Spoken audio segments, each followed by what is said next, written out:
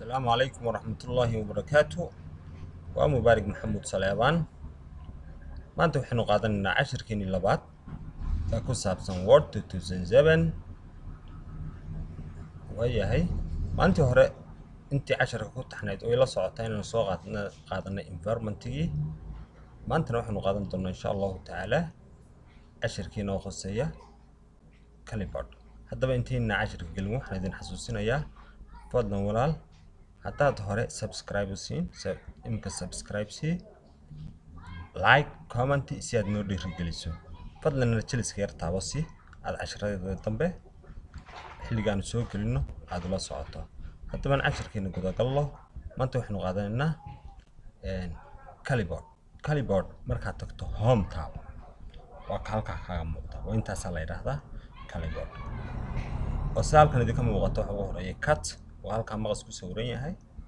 كوبي وتاكو هكا هوسيسا waxa ku sii xiga baasti oo taasa tanna waxa weeyaan waxa la yiraahdaa format painter wayahay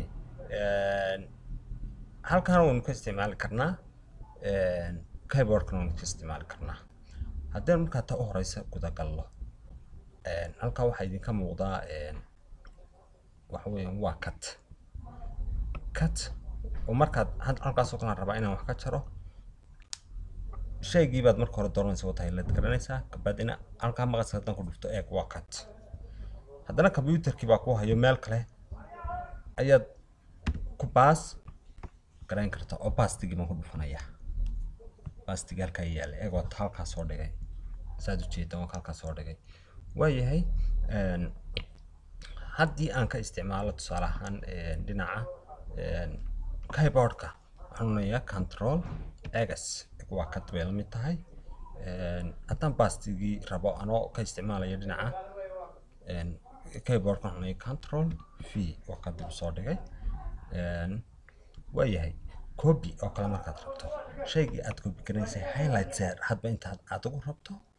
kadibna copy ku dhufo copy wataa copy markaad ku dhufto shaygii ku sawira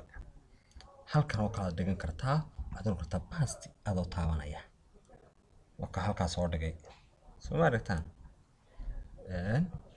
meel muuqato waliba aan idin dhigo wasira ba control fiina uu noqon karaa waka control marka cut halkan oo ka dooran kartaa control x noo taabantaa copy markaad leedahayna halka oo ka dooran kartaa waka